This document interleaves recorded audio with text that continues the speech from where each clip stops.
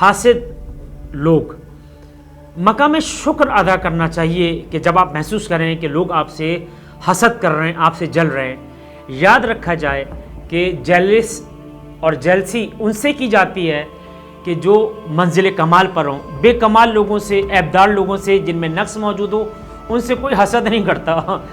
حسد ان سے کی جاتی ہے جو منزل کمال پر ہوں، جو کامیاب لوگ ہوں. کوئی اسمارٹ ہے، خوبصورت ہے، اس سے لوگ حسد کرتے ہیں.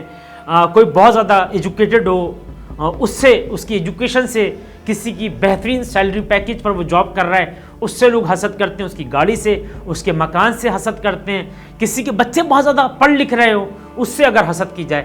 جب لوگ آپ سے حسد کر رہے ہوں تو آپ کو پروردگار کا شکر ادا کرنا چاہیے کہ اللہ نے آپ کو اس منزل کمال عطا کیا کہ لوگ آپ سے جل رہے ہیں، لوگ آپ سے حسد کر رہے ہیں. یہ یعنی حسد کے ذریعے بھی آپ مثبت سوچ کو محسوس کریں.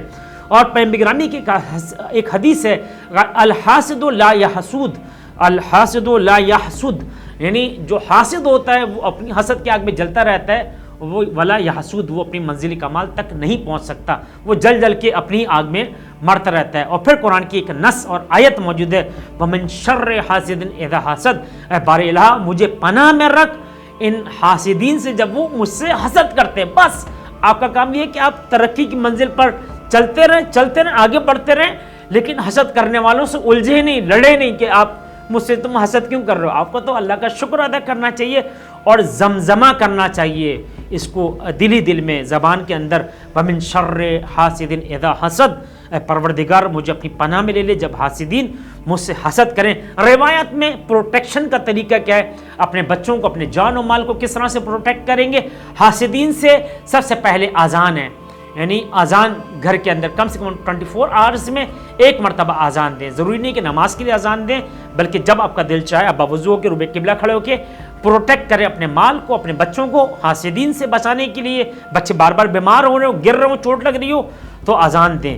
ایک پہلا طریقہ اذان دیں. دوسرا طریقہ مختلف انداز کے صدقے، صرف پیسے سے نہیں بلکہ گوشت نکال دیں، کپڑا نکال دیں، سوٹ نکال دیں. کسی نمازی جو ضرورت مند ہے اس کو سوٹ دے دیں، باجرہ ڈال دیں چڑیوں کے لیے. یہ صدقہ ہے.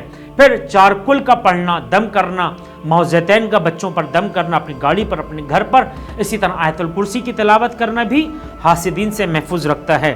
اور پھر سورہ یاسین کی وہ آیت کہ جو عجوبہ روزگار ہے، ایک معجزہ ہے. وہ کون سی آیت ہے؟ آیت نمبر 9.